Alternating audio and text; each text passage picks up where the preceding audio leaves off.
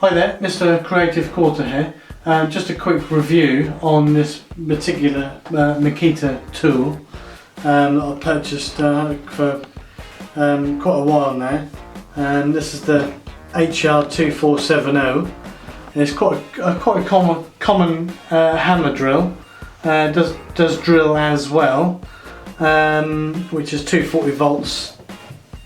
As you probably know me by now, I always use most of my tools are 240 volts. I think the batteries are a lot better on most of these tools these days, but 240 volts seems to be, for me, that still needs to be a way to go.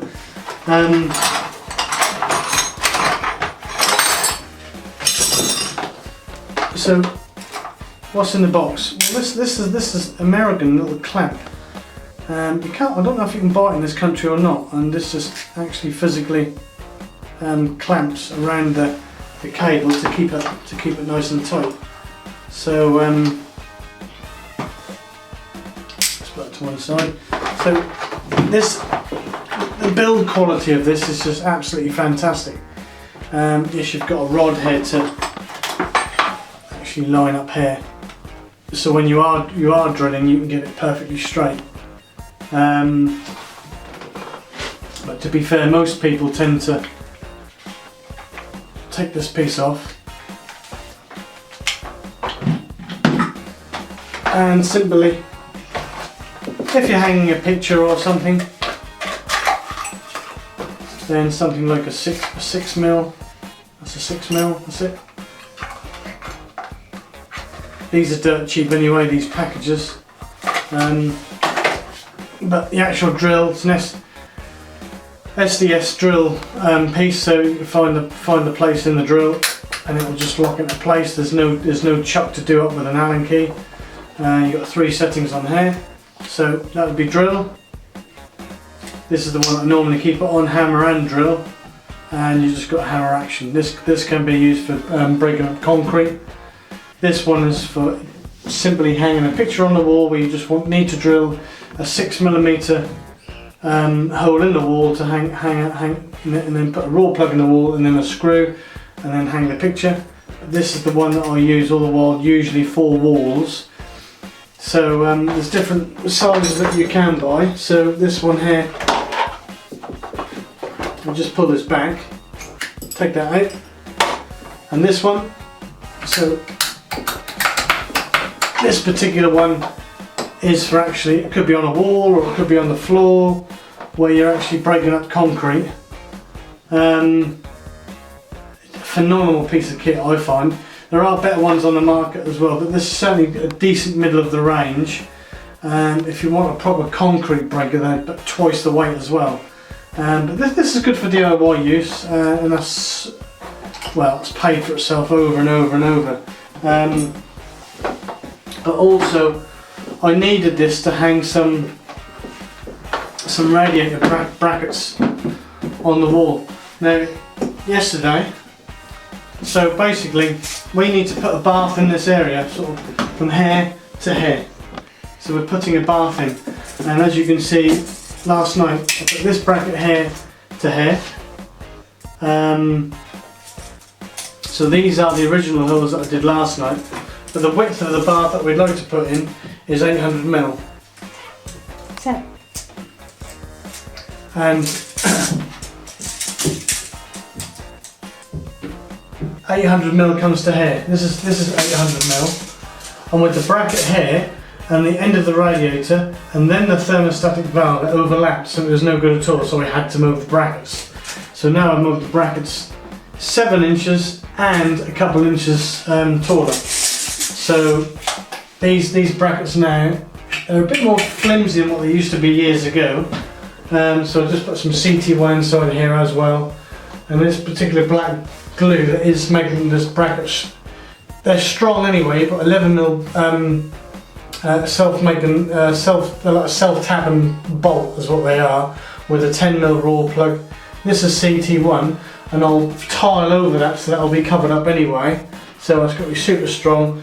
This pipe work the boards will have to come up, and the pipe work will have to be rerun so it comes up to the TRV, the thermostatic radiator valve. But basically the most important thing is it straight. The spirit level never lies. So we can see we've got a bubble in the centre there, so that's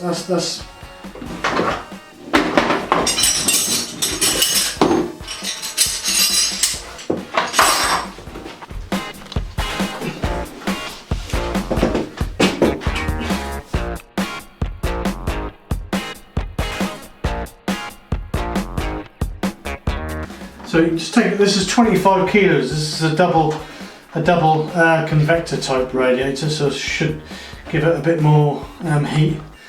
As far as the jargon BTU, there's a calculator for that for certain types of radiator. So basically we wanted more heat from this room to heat up our towels and stuff. A towel radiator doesn't do it for us. This you can hang stuff right over. So you can have a rest and hang this in the bottom, but it does need to be just hooked up and then it will slot into place. And that's it. So basically all I need to do is, when they put radiators on any wall in any house, the pipework, the original pipework will always be different. So you can see how far out this particular pipework is. So basically what I need to do is take this up, take the fibre board up and the main board and actually make this rerun. So I need to have I've got a pipe bending machine which we can show later. So we need to be nice if we can just come straight down. So visually what comes out of the floor is similar to this, but at this angle, so we're something like that. So all the bends are underneath the floorboards, and you should be able to put 1 or 2 right angles in and 1 solder joint. The less solder joints, the less brazing that you have to do, the better. Although when you do some solder and you do braze, it's actually stronger than the pipe itself. So this is a TRV. It's just like a valve, which you can see it's just opened there. And can you focus inside there or not? Very well. Can you focus right inside there? See that valve? That's opened at the moment, and then if I do move that, it will close to shut the water off. So basically, we'll need to put some PTFE around there and some jointing compound, and then we can offer it up to this. And all these need to be tight really before you start messing around with the pipework. So this can be tight here. It's pressed all the way down at the middle of the valve. So basically this copper pipework needs to be rerun so it joins straight up to here. So all you'll have is a similar nut to this really, coming to here. So you'll have a nice soft copper olive. There are different types of olives out there. Which will fit onto here with the nuts and 1 solder joint. So the less soldering to do, the better. And make sure you release the pressure from the radiators first before you start pulling these pipes off, because at the moment we've got pressure in the boiler. And don't mess around with the boiler. If you need to release the pressure, you do it from the radiators. It's a less expensive item to go wrong. It's not this end, because there's no fluid in here yet. It's usually at this end where the feed comes in. So the feed, so this little tiny valve here, and you can see the little tiny hole there. So we can actually open this up, unscrew it, and when that is inside the radiator with this O-ring, we can slowly release the water from the end of the radiator to release the pressure, and after that we can do all the pipe work. Okay, thanks for watching this little video here on fitting the radiator. Hopefully you can watch the rest of the videos in completing this bathroom. Thank you, please subscribe.